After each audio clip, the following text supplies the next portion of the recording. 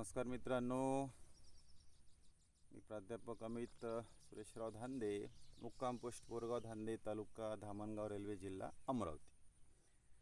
व्यवसायाने आज एक शिक्षक आहो, परंतु सर्वप्रथम मी एक शेतकरी पुत्र आहो. त्याच्यामुळे शेतकऱ्याचं दुःख ते माझं दुःख. शेतकरी जर संकटात असेल तर आम्हाला कसं बरं वाटेल. त्यातही एक भाषेचा शिक्षक, यामुळे साहजिकच एक कविता सुचली आणि ती आज तुम्हा पुढे सादर करू इच्छितो. आजच्या माझ्या कवितेचं शीर्षक आहे मित्रांनो, शेतकऱ्याची परिस्थिती. शेतकऱ्याची परिस्थिती. यावर्षी आपल्या महाराष्ट्रामध्येच नव्हे तर भारतामध्ये प्रचंड अतिवृष्टी झाली, ढगफुटी झाली, भूस्खलन झालं, प्रचंड हानी झाली. आमच्या विदर्भामध्ये मध्य विदर्भ, पूर्व विदर्भ, पश्चिम विदर्भ, हाहाकार, प्रचंड नुकसान झालं शेतीचं. तर यावर आधारित एक छोटीशी कविता तुम्हा पुढे सादर करू इच्छितो. माझ्या कवितेचं शीर्षक आहे कास्तकाराची परिस्थिती. कास्तकाराची परिस्थिती. पहा मित्रांनो, वावराच्या केल्या औंदा म्या 2-3 वाह्या. वावराच्या केल्या म्या औंदा 2-3 वाह्या, काड्या कुड्या वेचाले लावल्या 10-12 बाया. वावराच्या केल्या औंदा म्या 2-3 वाह्या, काड्या कुड्या वेचाले लावले 10-12 बाया. कृषी केंद्रातून आणलं सोयाबीन 3000 भावानं. कृषी केंद्रातून आणलं सोयाबीन 3000 भावानं, केला जूनमध्ये पेरा मोठ्या आशेनं.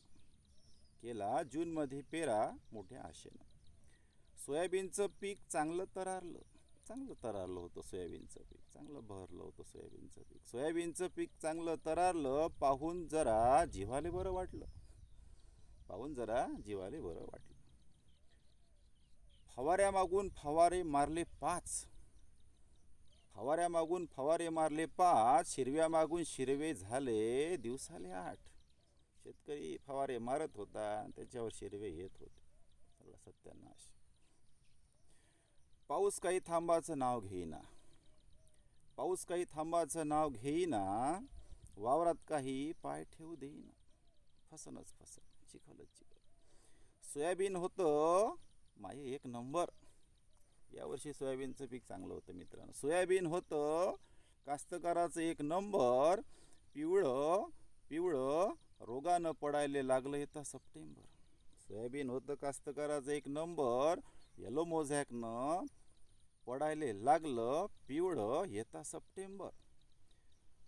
साऱ्या जनाचे पैसे म्या चुकते केले, कोणाचेच नाही ठेवले. साऱ्या जनाचे पैसे म्या चुकते केले, कोणी नाही थांबलो राजे हो पैशासाठी. साऱ्या जनाचे पैसे म्या चुकते केले, कोणी नाही थांबलो राजे हो पैशासाठी. शेतकऱ्यालाच थांबा लागते 6 महिने 4 महिने पैशासाठी. कोणी नाही थांबत. ना कृषी केंद्रवाला थांबत, ना बियाण्यावाला थांबत, ना कोणी थांबत. वाट पाहा लागते 4-6 महिने आम्हाला पिकासाठी. साऱ्या जगाचे पैसे म्या चुकते केले, कोणी नाही थांबलं राजे हो पैशासाठी. वाट पाहा लागते 4-6 महिने कास्तकाराले पिकासाठी. साऱ्याचे गल्ले भरले पोशिंदा मात्र उपाशी. साऱ्यांचे गल्ले भरले पोशिंदा मात्र उपाशी. घर कसं चालू, आता कर्ज कसं फेडू, सांगा. शेतकऱ्याने आता घर कसं चालवायचं, कर्ज कसं फेडायचं, सगळा पैसा शेतीत लागला. वावरात डोकं फोडू का घरात बसून रडू. घर कसं चालू, आता कर्ज कसं फेडू, वावरात डोकं फोडू का घरात बसून रडू. मायबाप भाषणानं सुधरत नाही कास्तकाराची परिस्थिती.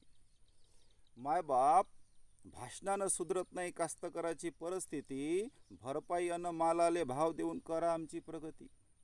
मायबाप भाषणानं सुधरत नाही कास्तकाराची परिस्थिती. नुसतं भाषणाने काही होणार नाही, तर भरपाई अन मालाले भाव देऊन करा कास्तकाराची प्रगती. भरपाई अन मालाले भाव देऊन करा कास्तकाराची प्रगती. हा मित्रांनो, यावर्षी काय परिस्थिती आहे शेतीमध्ये, असे डबके साचलेले आहेत.